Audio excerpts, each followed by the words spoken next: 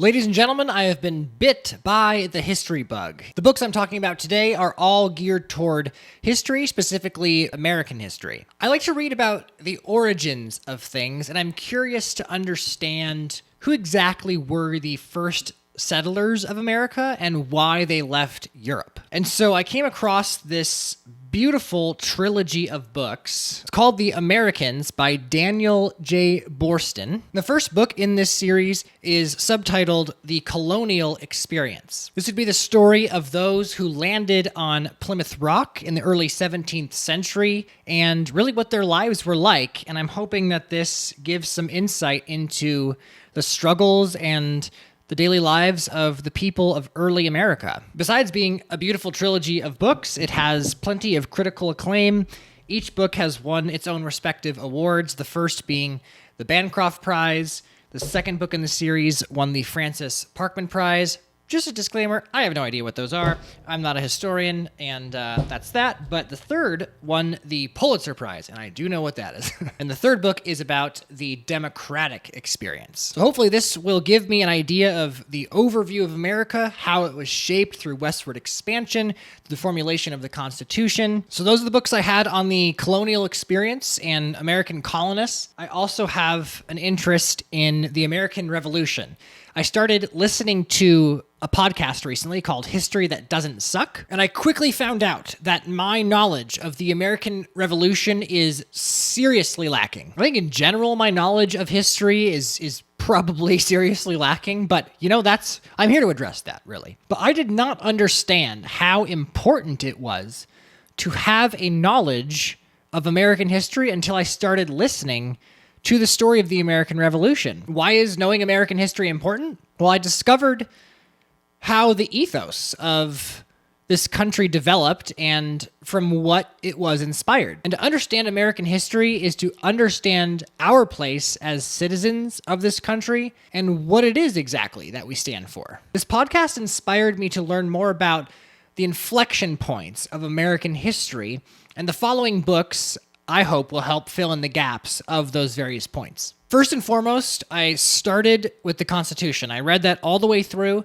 It's only 45 pages. I did not know how short it was. And I believe I am directly quoting the history professor from this podcast, History That Doesn't Suck, when I say, for the love of God, read the Constitution. Like I said, 45 pages.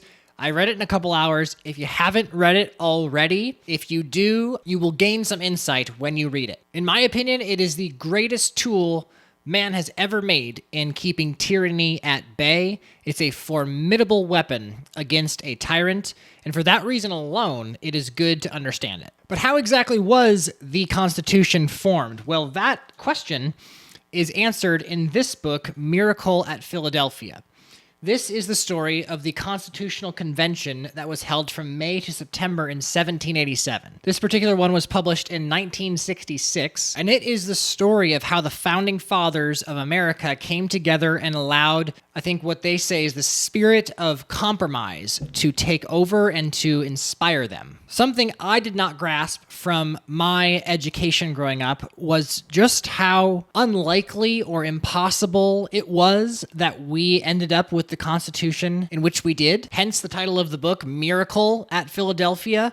There were just a number of factors that were so improbable, and they all happened in the way that we needed them to happen to get this document produced. From listening to the podcast that I spoke about previously, I had no clue about how the Founding Fathers really disagreed with one another on core issues. And so it's inspiring to hear about how they were able to put aside their differences and forge the greatest constitution that's ever been created. And that process is discussed in this book, Miracle at Philadelphia. And once the Constitution was written, it was debated for a very long time, and those debates are captured here in this beautiful series from the Library of America, Debate on the Constitution. These are 2 volumes. They're about 900 pages each. And I think they include the Federalist Papers, the Anti-Federalist Papers. They include letters from the Founding Fathers back and forth between one another about their thoughts on the Constitution, its weak points, its strong points. Do we even move forward with it? Is democracy going to crumble instantly? Is it even going to get off the ground? The first volume starts off with a letter from Ben Franklin, and he says, this is something I didn't know, an opinion that he held, but he says, the Constitution is not perfect. I'm not sure it will ever be perfect. And the older he got, the more he understood his opinions were constantly in flux. And if he was going to amend the Constitution over and over and over again and never actually make it official, he didn't think it would ever get off the ground. And so he said, it's not perfect, but it's what we've got. And it's never going to be perfect, which is why the founders wrote in the founding documents that in order to form a more perfect union, because they knew it would never be perfect. If you want a PhD in political thought and political debate, look no further than these two books right here. There were so many arguments and debates that had to occur for this thing to work, and those are recorded here in this 2-volume set. Now, ladies and gentlemen, if so far you've gotten any value out of this video whatsoever, please hit the like button and comment down below to let me know your thoughts. If you're interested in any of these points in history, and if you have any book recommendations for me, that would be great. And as always, if you'd like to see more content from my channel and hang out some more with me in the future,